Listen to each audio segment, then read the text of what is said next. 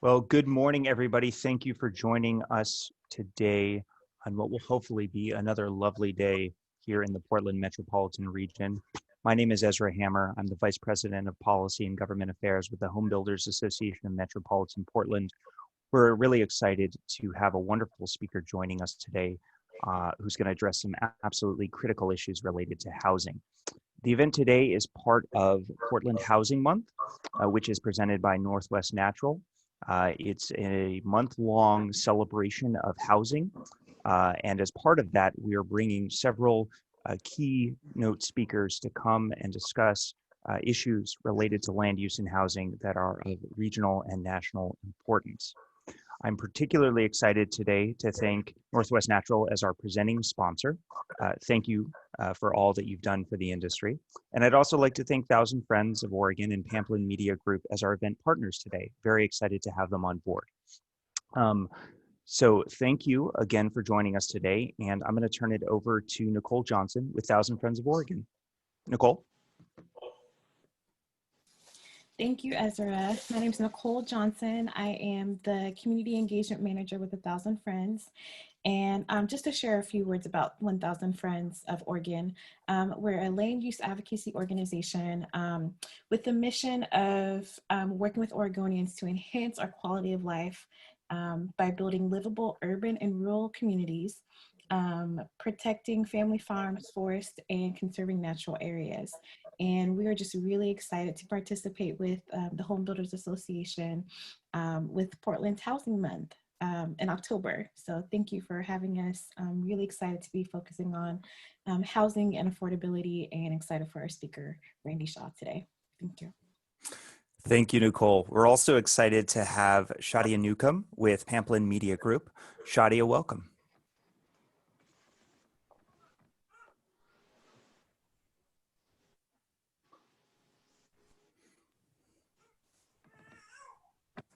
Hello, everyone. Again, I'm Shadia Newcomb.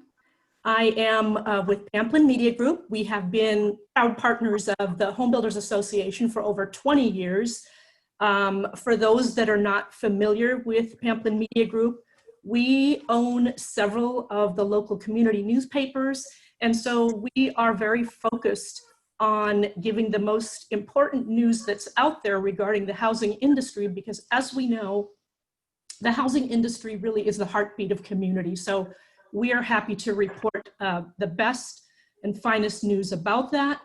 And our partnership goes into our contract publishing division as well, which in that partnership, we do the specialized publications for consumers for the Street of Dreams annual show, the Tour of Remodeled Homes, and to the building industry professionals, we do the monthly home building news. So again, we are very, very pleased to be a sponsor of today's event and looking forward to it. Thanks so much. Awesome. Thank you, Shadia. And now I'm really excited to present Randy Shaw. Randy Shaw is an attorney. He's an author and he's an activist from the Bay Area. Randy is the executive director of the Tenderloin Housing Clinic, a nonprofit organization in the Tenderloin in San Francisco, which he co-founded in 1980. Randy is a longtime housing activist and has spoken across the country on the critical issues related to the need to build more housing and the interrelated relationship between affordable housing and market rate housing. Randy is also the editor of Beyond Cron, which is a great blog. I recommend you all check it out. Randy's a prolific author and has written 6 books on housing and activism generally.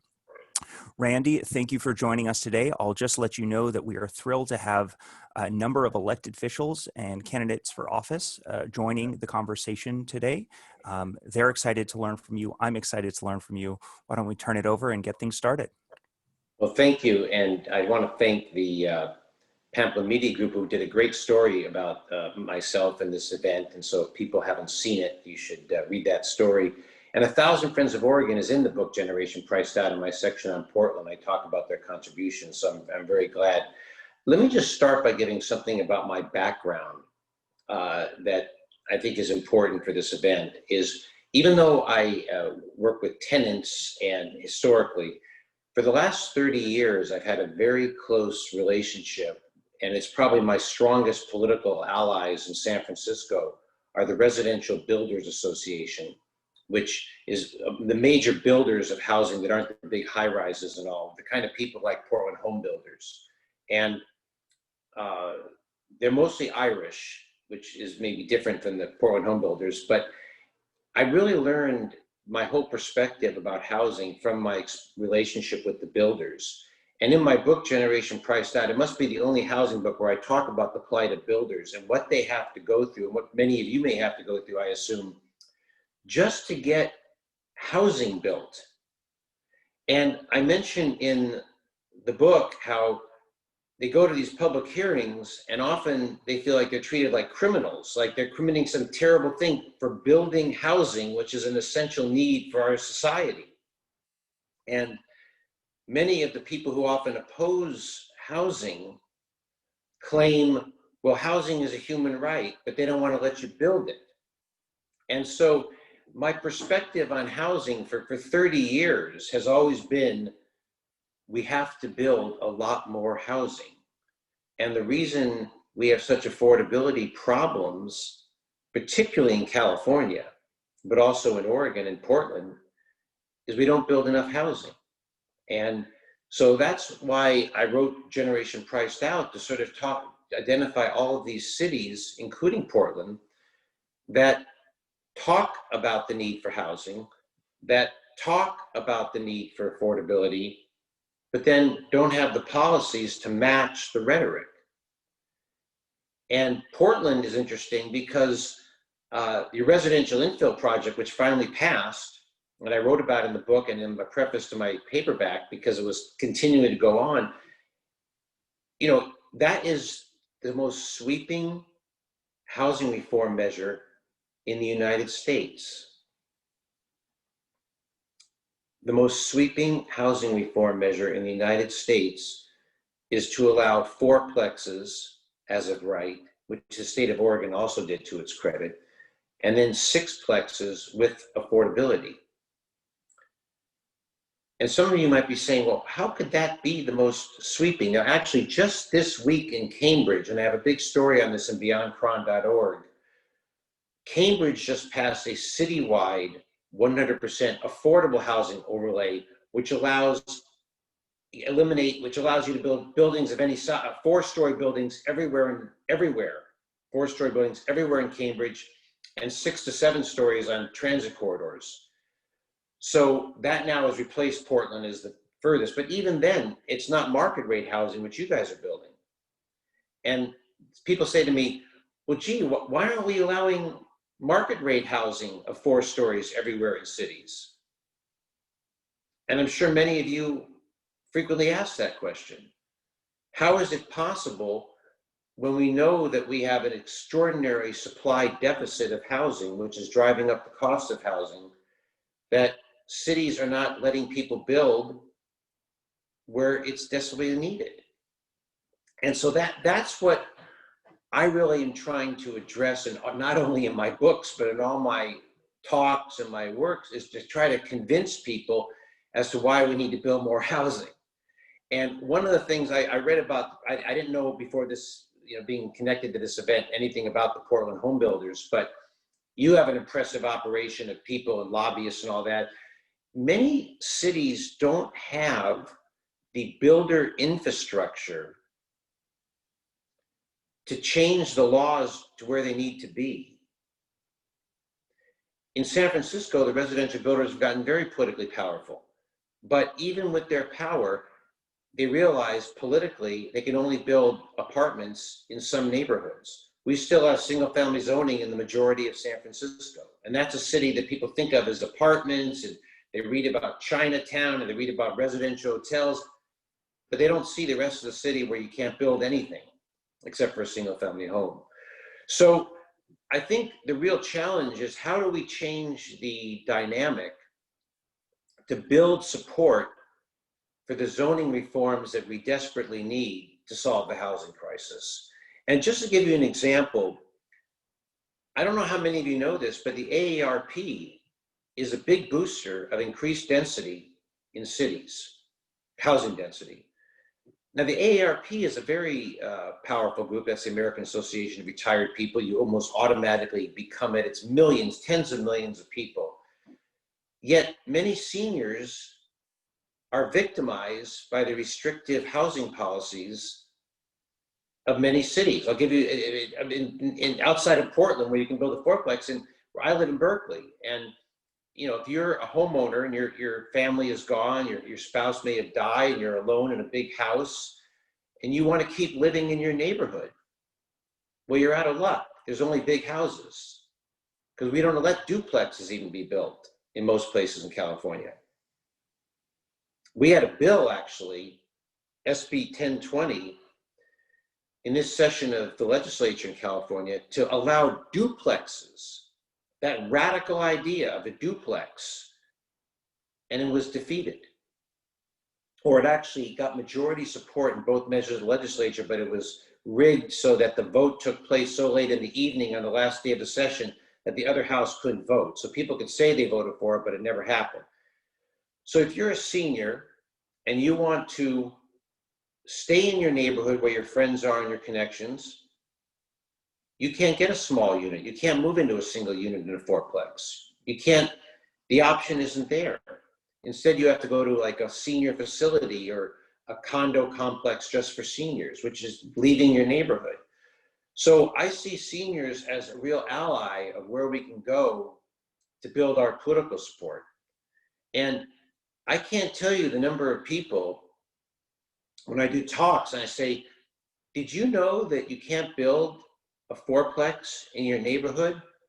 And they say, well, what do you mean? We have fourplexes in our neighborhood. They're right next door to me. I have a fourplex.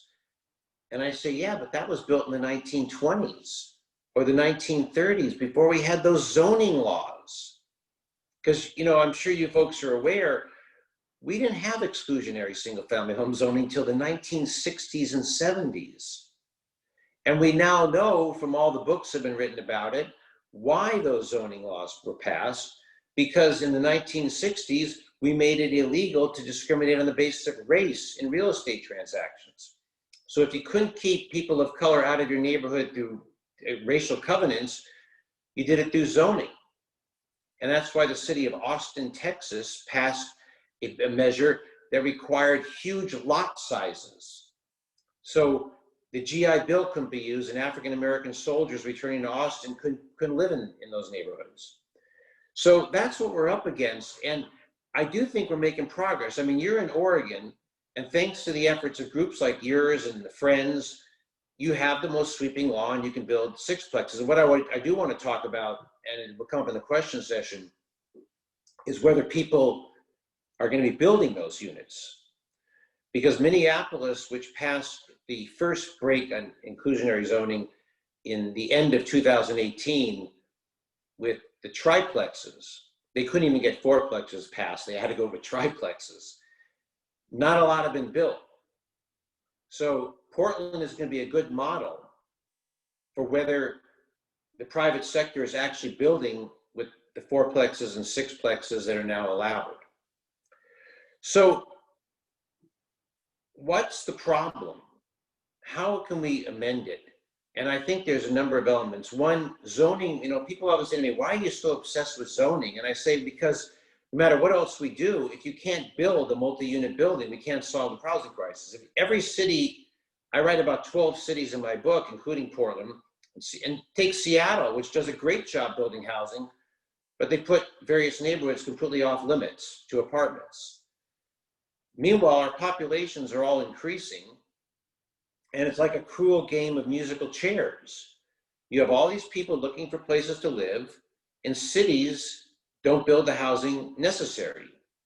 So I look at, we have zoning, and then we have approval processes. I do my work in San Francisco on a day-to-day basis.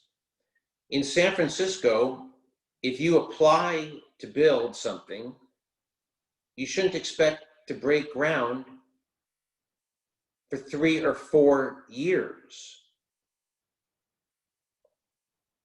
Some of you may wonder how anyone does business in San Francisco.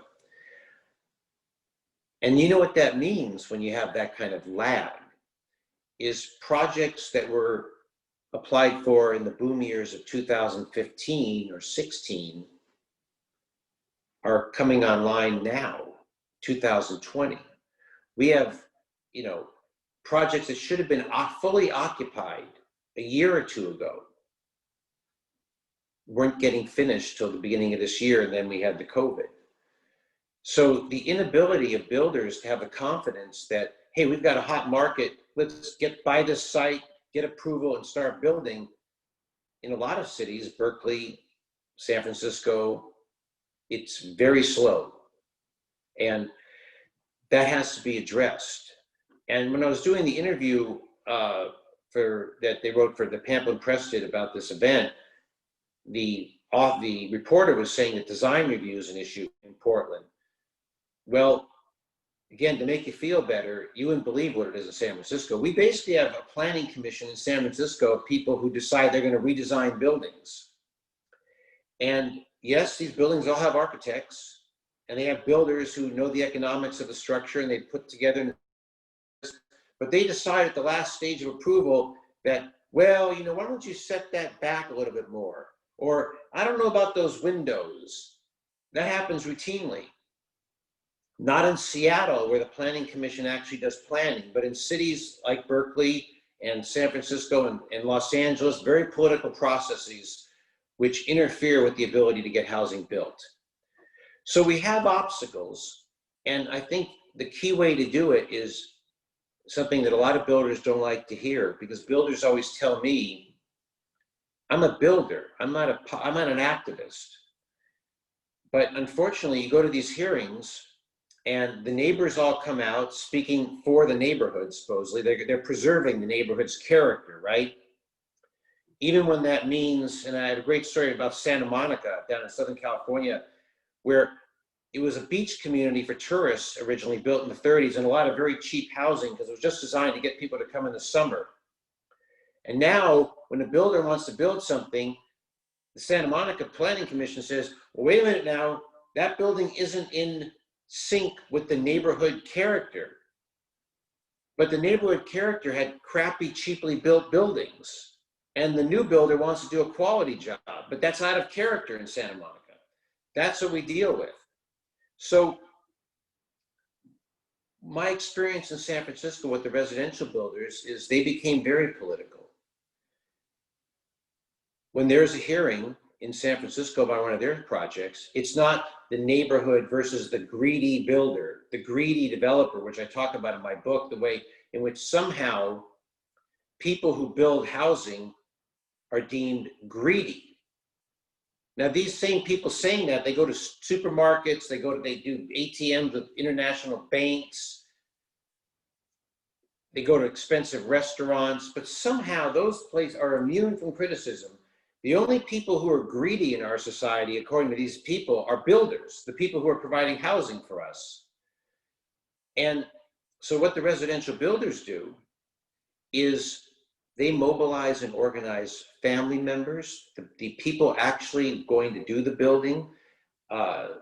They get everyone on board in the neighborhood and they organize support for their projects. So it's not the neighborhood of disinterested people who only care what's best for the neighborhood versus a greedy builder. It's a whole bunch of other people who say, this is best for our neighborhood.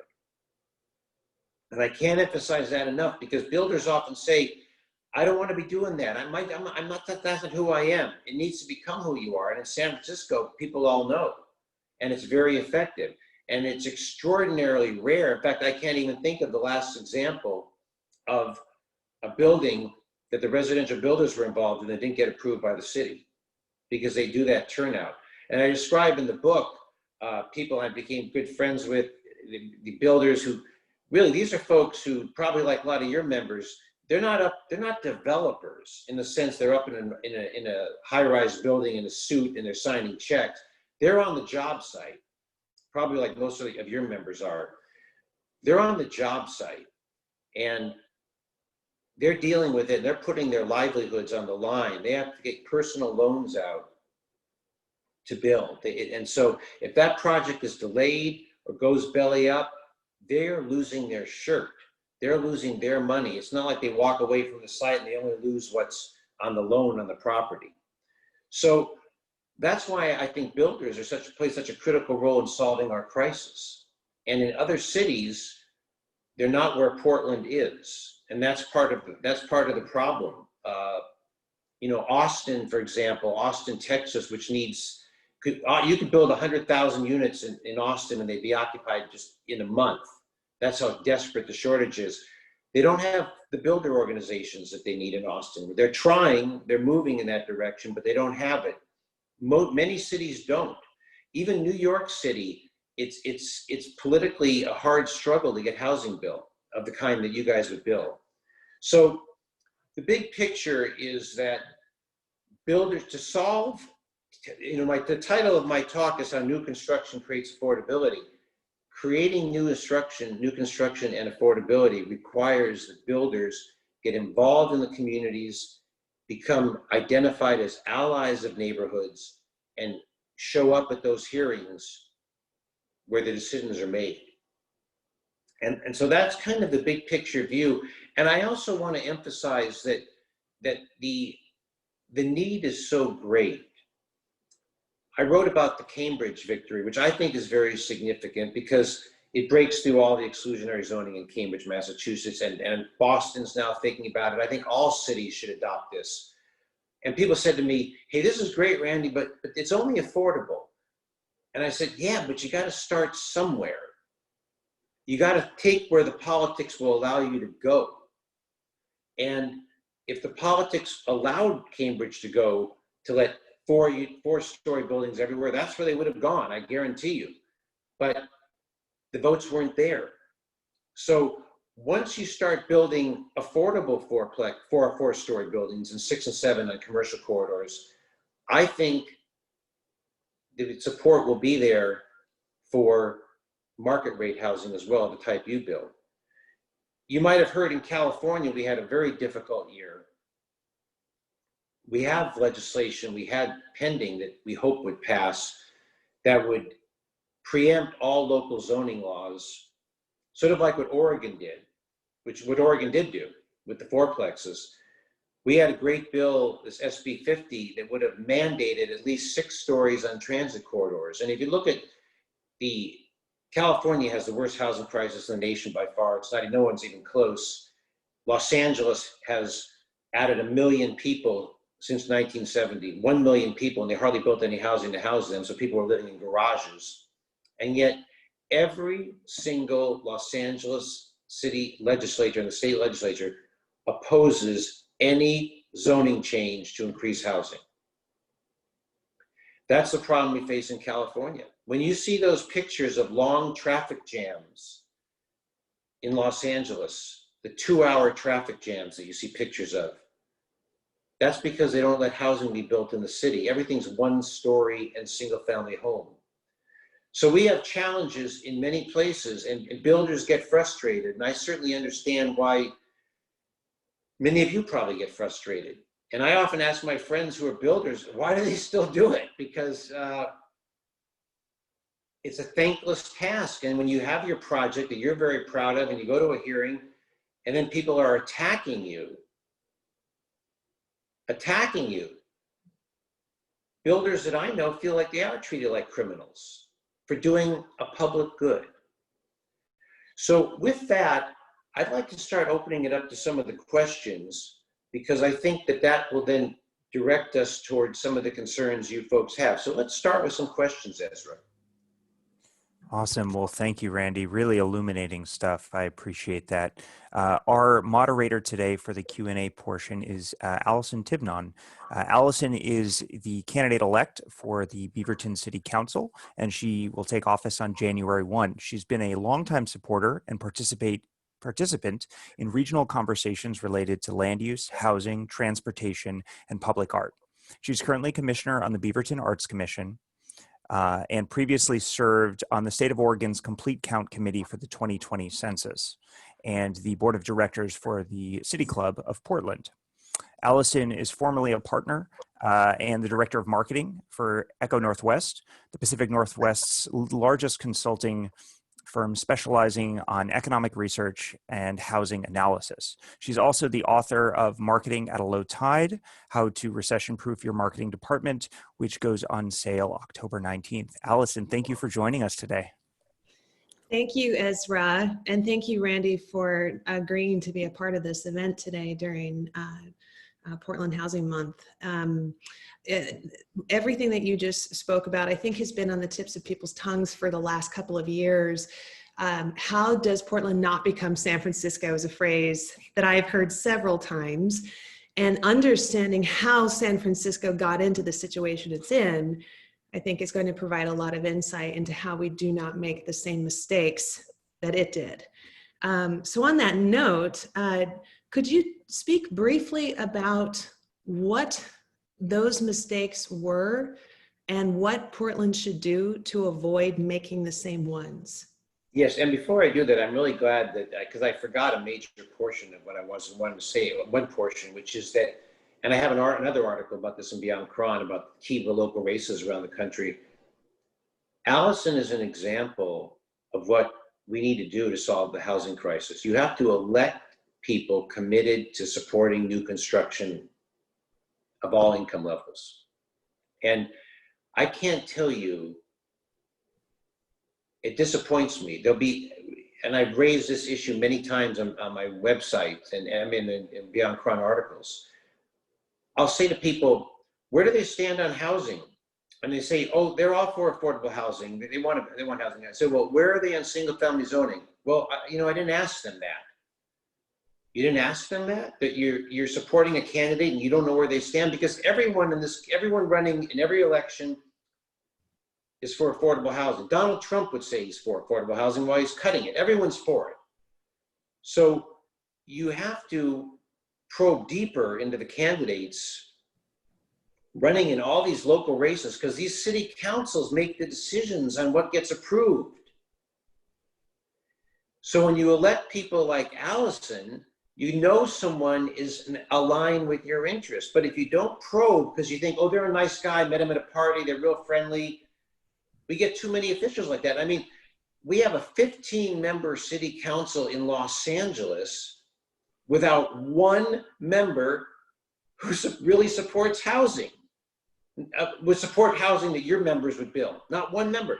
In San Francisco, we have an 11-member board of supervisors for a city that's a fraction of the size. It only has 900,000 people. 11 supervisors elected by district. And I would say we don't have one strong voice for housing. We have 2 who usually vote for Market Street projects, but most are only saying, no, I only want 100% affordable housing, which means things don't get built. So now our mayor is great on housing. And whenever we have a citywide election, our state senator, our assembly vote, the voters support pro-housing candidates. But in these district races, it's very difficult sometimes because the Neighborhood Act, the neighbor doesn't want housing built. So just as a preface to this, before I get into San Francisco, we have an election in November. Wherever you folks live, make sure that you vote for the candidates who are going to support the kind of zoning changes and expedited approval processes, by right development. Ask them, don't be afraid. People act like they're afraid because, well, they tell me, I've had candidates tell me, well, I might lose votes if I say I'm for this. I don't think so. I know there's a silent majority that wants more housing built because parents and boomers, many of them want their kids to be able to live in the same city. And if you don't build the housing for them, the kids aren't living there. That's a big problem in San Francisco. San Francisco has done just about everything possibly wrong. The brief summary, which I have in my book, Generation Priced Out, is that, okay, late 70s, San Francisco starts gentrifying. What does Mayor Feinstein, who's now our senator, do? Well, there's a lot of downtown development, which office buildings, that people were concerned about. So she says, don't worry, neighborhoods, I'm gonna protect you. I'm gonna downzone the entire west side of the city. 50 years later, nothing's been built in almost half of San Francisco outside of single family homes. 50 years later, because every elected official is intent on the west side of keeping neighborhood character, which is one story all the way. If you ever go to San Francisco and you're a tourist, you don't even see these parts. It's from Golden Gate Park to the beach. Different world. It's a part of San Francisco you wouldn't even recognize because it doesn't fit the normal views of the wharf and North Beach where the tourists go. This is where the tourists don't go. And what we've done in San Francisco is combine restrictive zoning with the slowest and most glacial approval process in the history of the United States. Because as I say, what you do, I'm gonna tell this like a horror story. Maybe you're all gonna leave this event feeling a lot better that you're not in San Francisco. Because once you apply and it takes the 2 years to get a hearing and delays, any member of the public can write a check for, I think it's $312 now, or $378, they might have raised it, for what's called discretionary review, which holds up every project for 3 months. It doesn't matter how frivolous it is. And then we also have a process which your process gets approved unanimously at the Planning Commission. Everyone loves it. 5 of the 11 supervisors can sign a statement saying, I want to have it heard by the Board of Supervisors, where you have to then get, So even when these crazy multiple processes don't kill the project, it's death by 1,000 cuts, because meanwhile, delay is money, right? Wait, I got approved, we're all celebrating. Wait, the Board of Supervisors has to hear? Well, that takes 2 months to hear. I could go on and on with the horror story of San Francisco, but it's a combination of bad approval process, a planning commission of political appointees that lets politics interfere with zoning. We don't have by right approvals in San Francisco. There's a state law that requires some by right approvals, but on just a market rate project, no by right approvals. You can meet the zoning completely. Everything can be exactly perfect, and politically, neighbors don't want it. They say they vote it down. And what have we created? The worst affordable housing crisis in the United States. And we say to people, wait a minute, why are you opposing housing when we have this terrible crisis and we have a climate change issue? People have to commute by car an hour or 2 hours from Sacramento to get to San Francisco. And they say, well, there wasn't enough affordable housing. Now, San Francisco has a 20% inclusionary requirement. 20% of every market rate project has to be affordable. But they always, some of these folks want a number that they know builders can't build. So if it's 20, they want, even though that's city law, they say, well, I don't think that's enough for this neighborhood, it should be 30. And the builders are thinking, wait, we played by all the rules. So it's a very nightmarish situation in San Francisco, and the only victims are the people. And it's doomed. It's great if you're an existing homeowner. And let me make this clear. Best investment you could ever make is to be a homeowner in San Francisco, because home prices prior to COVID were going up every year, and the home doesn't have to go to work. They just stay there and the property values go up because we create artificial scarcity. That's why these homeowners, I call them they're the ones who are the real greed function, because they don't have to put up any money. They just sit there, stop anything from being built, create artificial scarcity, and they profit from it on sale. It's a great business. Mm. Well, and you talk about the community involvement approaches that have been taken, some of which can actually hinder the process of getting towards the goals that the larger community says that they want. And I want to come back to that, but first, there's a great question in the Q&A, and it ties in with a question that I had for you as well. So you look back at past major capital projects like freeways that were added into our cities, or urbanism projects that happened in the 50s and 60s, 70s. And here in Portland, the 405 plowed through disadvantaged, marginalized communities that were essentially wiped out to make room for a freeway. This is very common in large cities across the nation, that where they put these large projects that are going to cause displacement are almost always in areas that are populated mostly by communities of color and other marginalized members. And then there's several other projects that have happened throughout Portland that also point to that. But the Black community in particular has been displaced more than once in the city of Portland. That's covered in The Color of Law, as well as several other publications, and I believe you talk about it as well in your work. You've got folks that have finally gotten to a place where people realize that there has been racism at play in how we're structuring who could buy a house and where. Now that these conversations are out and into the open, and they are happening parallel to conversations like the residential infill project, like House Bill 2001, there is concern that now that we have the infill project, that the communities that are going to be most greatly sought after and focused on for redevelopment, for bringing in that housing, will be marginalized communities.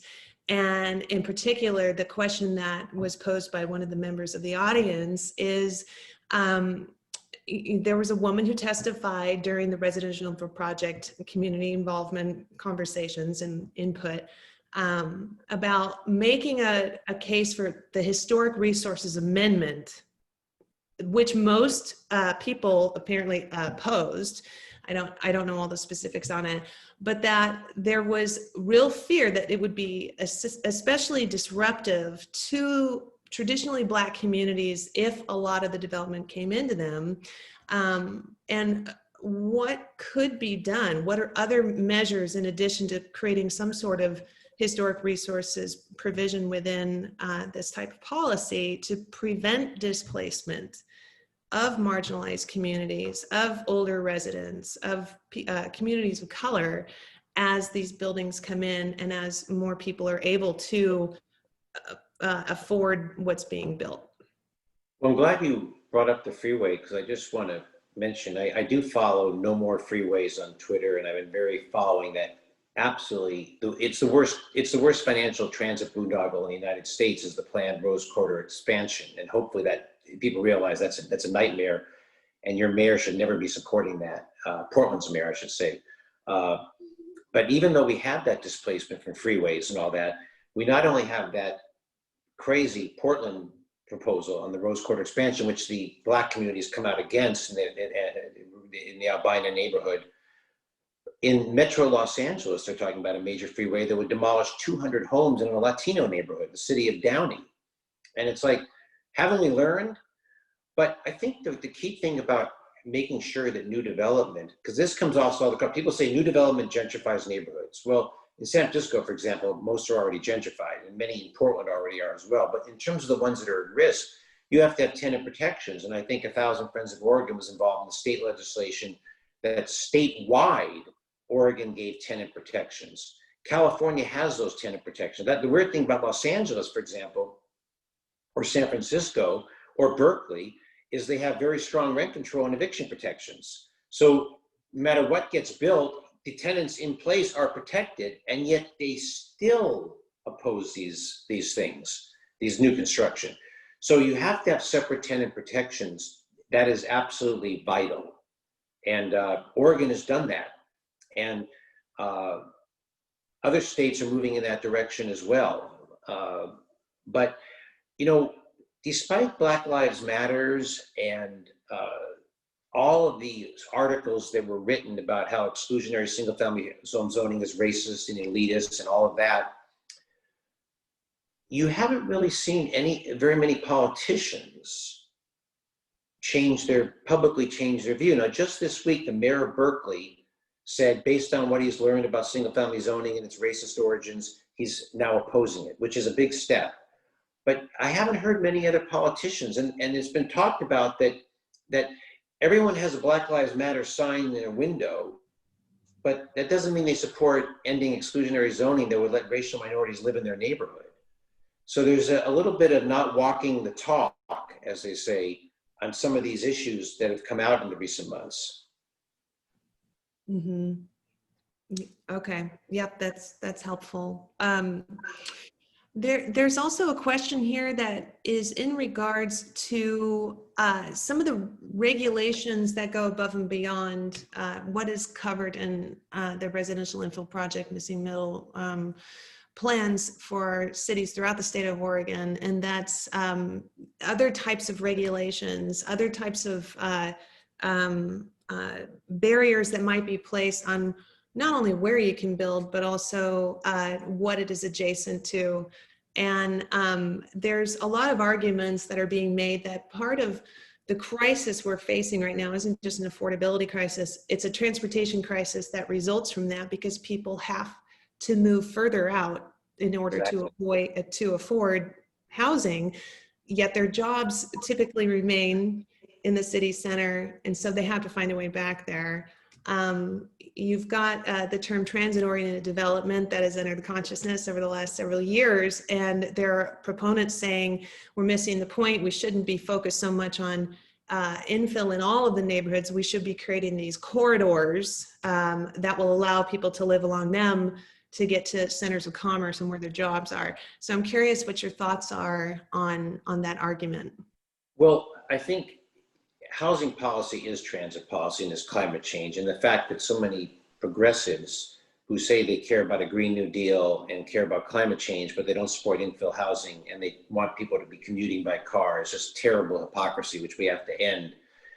The issue that comes up, this came up around California's SB 50. People said, why are you trying to build fourplex or duplexes in residential neighborhoods when the real volume comes from transit corridors? That, hey, if we can build 6 to 8 stories on every transit corridor in all of our cities, we don't need to worry about the homeowner neighborhood. Does that sound like the issue you're talking about? Mm-hmm. Yeah, I hear that all the time. And here's something great, and I'm glad you brought this up. I was at an event down in LA speaking on, in fact, SB 50 in a debate. The person next to me lived in Pasadena, California, and he said, Randy, if you guys just get rid of the part that said you could build fourplexes in our neighborhoods, we don't have a problem with transit corridors. Well, there was a bill to deal with transit corridors, and guess what? All the same people oppose it. Why? Oh, because the transit corridors are too close to where we live. So I find that people, and then again, as I told you, the same people opposed to this oppose duplexes. So I think that this idea that we shouldn't politically as a strategy, we should focus on the transit corridors. I would say that would be great if that in fact resulted in less opposition to increasing density. But I don't know anywhere where it has. And it's very frustrating. Now I know some cities where there's a possibility of doing something like that, and it may happen. But it's very frustrating that we have people who say they support a Green New Deal, and yet they don't support any infill housing, whether it be in a neighborhood or on a transit corridor. San Francisco, the area, we have vast transit corridors where you can't build a 6-story building. And why? The logic doesn't make sense, because when you look at the great cities, a lot of the opposition to people to housing, they love Vienna, they love Paris. As I say in the preface to my Generation Priced Out, that Americans go to Paris and they love the density, they love the street life. They go to Vienna, they love it there, and all the European cities. Then they come back, and those European cities don't have single-family home zoning. They're incredibly dense. They're almost all 6-story residential zone. And they come back here, those same people, what they love in Europe, they have single-family home here. Doesn't make any sense. Europe is built, France just eliminated, Paris just eliminated all these parking spots. I don't know if this is a big issue in Portland, but the parking requirements associated with housing are completely nonsensical. We're trying to encourage public transit, but we require in many cities in this country, one parking spot, if not more, for every housing unit. That costs money. It makes no sense. San Francisco has moved in a good direction on that front because we have a bigger transit constituency than a housing one often. But it's all connected. You're absolutely right. And to bring down the cost of housing, we have to give developers the option of not having parking.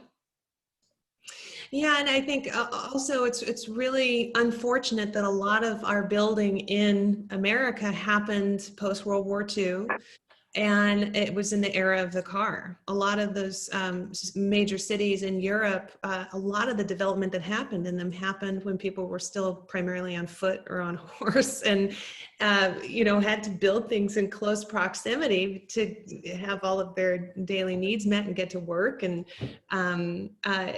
we have more of a broad sense of where we can live, and because we have ease of travel. And I think that colors our decisions and choices and preferences, and it's a pickle that I think we'll just continue to have to grapple with as we build out our nation. Well, also what's different with Europe is the affluent people always lived in cities and the poorer people were in the suburbs, where in the 50s, affluent people left the cities. But here's the problem. Affluent people didn't come back to the cities in the tech boom. They started coming back in the late 1970s. Now, some cities had that happen earlier, Boston, New York City, San Francisco. Other cities took more time. But the trend of affluent people wanting to live in cities, which is really the key to why you need more density, because where are they going to live? And there's this view that says in San Francisco, if only we don't build housing, tech workers won't come. Have you heard that? Is that an issue in Portland? Like, if the way to stop gentrification and things is just don't build. And it's like, well, wait, well, if you don't build, the scarce rents, and we've seen in San Francisco, rents went through the roof because we didn't build any housing for the tech influx. And people with more money outbid for existing supply. But there's this myth that the best way to keep things affordable is not to build, contrary to all facts. I mean, we pride ourselves in cities on being very factually based, but actually when it comes to housing policy and transit policy, we're not factually based at all, because if we were, we'd build a lot more housing. Yes, yeah. It's supply and demand is an elementary concept that gets lost in the detail. I come across people all the time who say, oh, supply and demand doesn't work when it comes to housing. Well, gee, we just had this COVID and there's a sharply reduced the demand and suddenly rents are going down, and like, doesn't that sort of show something? Obviously supply and demand works for housing. Why are you exempting housing from every other supply and demand? So that's some of the struggles we have to overcome. But I think, again, it's just a question of building a broader political constituency. And we are making progress, not going at the pace that some of us would like, but seeing things going on. There was just an article today in the New York Times that in the upscale neighborhood of New York City, Soho, they're finally going to upzone for more affordable housing. I remember when that proposal was first floated, people said, you'll never be able to touch Soho. What are you talking about? But the YIMBY groups there and the housing people, it's moving forward. So it can happen anywhere if we keep moving on it. Well, to that point, and to circle back around to community input. So I don't know if you're familiar with this, but Oregon back in the early 70s passed some major legislation related to both the urban growth boundary and also established these statewide planning goals. And they're grown from about 10 to about 19 now. But the thing that was so monumental and so innovative, and I believe groundbreaking in terms of state planning, was that very first goal in the statewide planning goals was public participation and community involvement. And you saw that play out in a major way back when they were trying to put in a freeway, the Mount Hood Freeway, that would have just plowed its way through several neighborhoods on its way out to the mountain. And it had the funding already in place. It was going to happen, and the neighborhoods rose up and essentially quashed it. And I believe the money that was earmarked for that then went to build out the light rail, if I'm remembering this correctly. But Portland and the metro region has a reputation for having strong voices within the community, for people demanding that their voices be heard. I think that the government agencies have had an iffy record over the years of effectively pulling in community voices into conversations, as have cities all around the country. But in your experience, how has community engagement failed to fully pull in enough voices to essentially ensure and comfort our communities that all of the opinions are being heard and are being taken into consideration as our planners are making decisions about how to use our land, how to build out new transportation, how to create more housing. And if the tactics for soliciting and getting that input from our communities, it hasn't been perfect in the past, what are some of the tactics and tools that we can use to get better input and better involve communities and residents? You raise a huge issue, which is the fact that study after study after study has shown that the people who show up for these land use hearings are disproportionately older, white, affluent homeowners. Because, okay, in San Francisco, the Planning Commission meets starting at 12:30 on Thursday. Now, if you're working, you can't be at that hearing because you're working on Thursday afternoons. Often, these meetings in many cities go after midnight. They start at 12:30, and there's no clear thing when your item you're there to speak on when it's going to come up. You can wait 3 or 4 hours and your item not come up because other people are talking on earlier items. And you're saying, wait, I have a family, I have kids, I have to get home, I can't be here. Who can be there? People who are existing homeowners, retired people. This is fun for them. They make social connections. So you get study after study in every city shows a disproportionate, unrepresentative sampling of people who come out to speak for the community, not representative overall. What is very interesting about this COVID thing, and I don't know if this is true for Portland, but it's true for everywhere else, attendance at land use hearings has gone up dramatically in every city I know of. And I think we're not going to be able to put the genie back in the bottle. I think when this thing finally ends and we're safe and we can go back to work and everything, they're still going to have to let people testify via Zoom or whatever method they have, because we get a far more representative sampling of people, because people can be with their families, they can be with their kids, and they can be paying attention to the hearing. And it really makes a difference. And, you know, it's one of those things that we talk about who represents the neighborhood, and yet we had processes by which excluded so much of the neighborhood from participating. And it's gone on, went on forever that way. And I think finally word has gotten out from all these studies, and I think Zoom has really forever changed it. I don't think we can go back, you know? I think that leads very appropriately into the last question that I had for you, which is, of course, we're going to end on COVID. It is what we are all living through right now is this pandemic and all of the disruptions that it's had to virtually every single facet of our lives. And one of those is work. And, people have been advocating for flex time and being able to work remotely on occasion for years. And a lot of businesses didn't think it could work.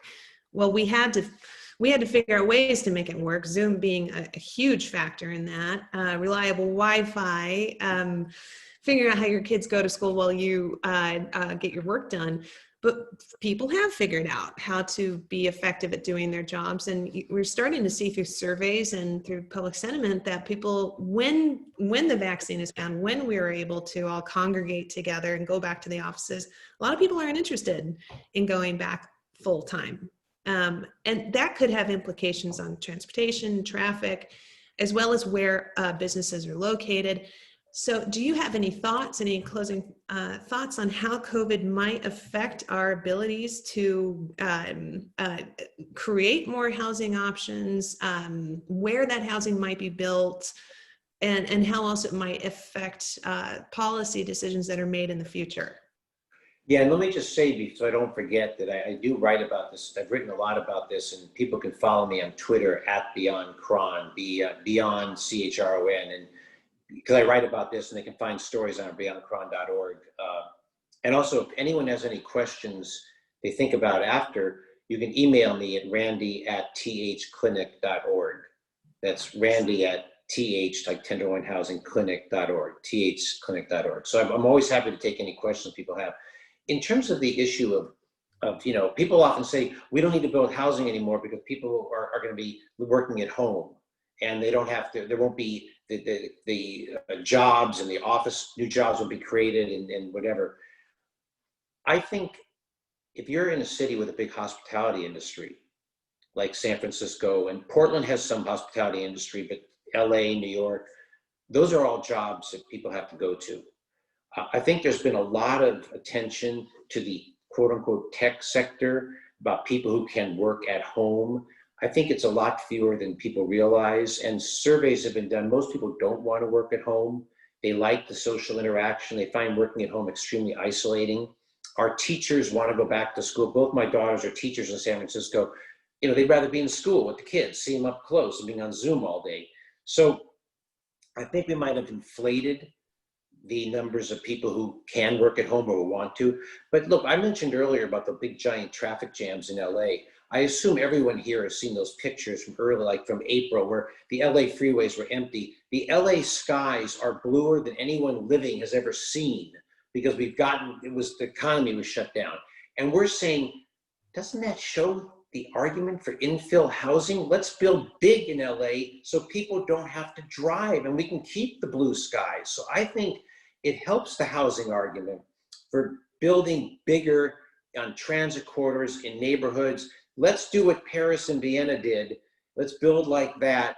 And they don't have all these driving commutes and 2-hour commutes, and keep the sky blue. So hopefully people come away from that and not say, okay, we're going to go back to the worst smog anyone has in civilization, and it's going to get worse with climate change, because we're just going to so committed to the value of 1-story buildings throughout Los Angeles and other cities.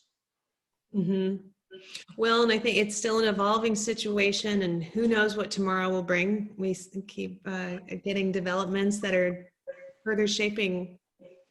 I do want to leave people with realizing that people like you, we have to keep you in office, and we have to have your voice, because when you don't, that's the problem we have in LA and San Francisco. We don't have the voice of housing in office who's interviewed and can speak at the public hearings. We have that in many cities, and it makes a big difference. So everyone listening, make sure you got the candidates who are pro-housing, because we need those people to be our allies on the inside. Well, thank you so much. Randy, we appreciate your time and answering all these questions, and sharing the experiences that you've gained to help inform the conversations that are playing out here in the Portland metro region. I'm going to hand things back over to Ezra to wrap things up. And thank you to everybody who tuned in today. And that's it for this part of the And conversation. I would just like to say, if people like we've heard me say, pick up my book, Generation Priced Out, and I go into the details of Portland and other cities. Thank you. Thank you, Allison, and thank you, Randy. And yes, pick up Randy's book. It is a great read. It makes a wonderful gift for all those YIMBYs in your life. Folks that want to get educated on the issues of housing should absolutely give it a read. It is eye-opening, and it's important because, as Randy talked about, it highlights the failings of what is otherwise seen as a really progressive city. On the issue of housing, San Francisco has failed time and time again. And it has led to all of the horrible externalities that Randy and Allison discussed. So important lessons for the city of Portland to consider.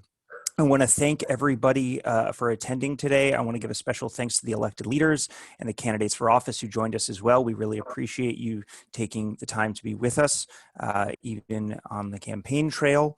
Want to remind folks that they should visit Housing Month x.com to learn about other great upcoming events, including this one with Rothstein speaking on the color of law, another speaker like Randy who has been doing incredible work on issues related to housing affordability, and really illuminating some of the issues that you heard about today around restrictive zoning requirements and restrictive lending practices.